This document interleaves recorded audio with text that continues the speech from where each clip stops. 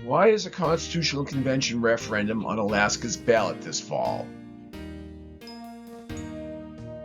A vital part of the answer is that Alaska's framers didn't want the legislature to have monopoly power over proposing constitutional amendments. So they mandated that once per decade, including this fall, you would be granted the opportunity to call a state constitutional convention. The process they created grants you 3 votes.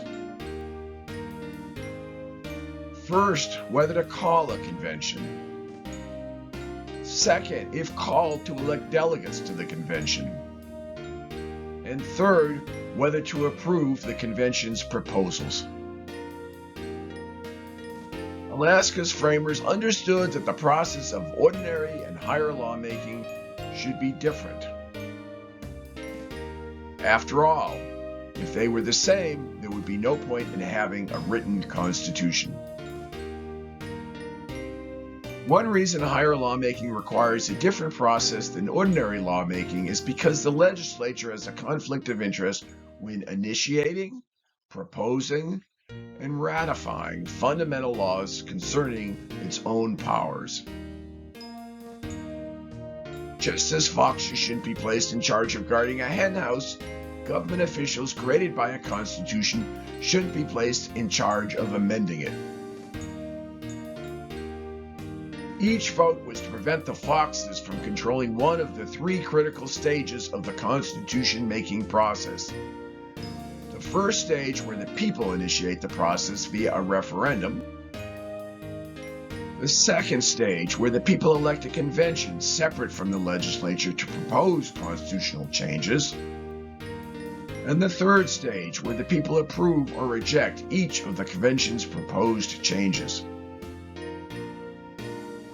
To be sure, as convention opponents argue, bypassing the legislature costs a premium because the legislature already exists, whereas the convention must be created from scratch.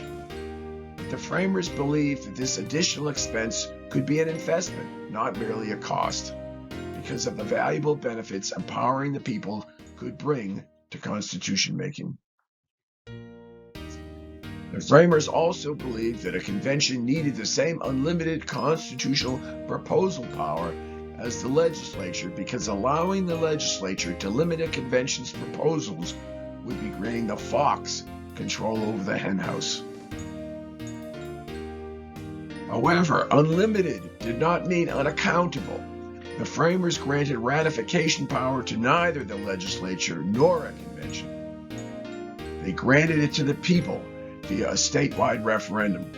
All a convention or legislature could do was propose constitutional amendments. They couldn't pass them.